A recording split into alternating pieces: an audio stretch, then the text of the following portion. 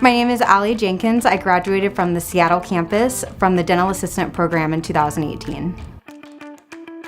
I was inspired to go back to school because a few years ago I unexpectedly had a lot of dental work done, and it was really scary and hard for me, but the dental assistants were always compassionate and kind, and I wanted to be a part of something like that.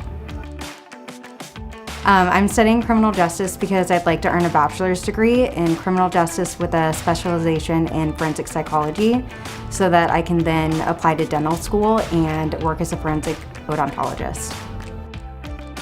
I would definitely tell them about the amazing experience that I personally have and the career that it's given me now. I would definitely encourage them to go in and at least tour the school because I think that they would be impressed by their commitment to their students and seeing them succeed even beyond after they've graduated.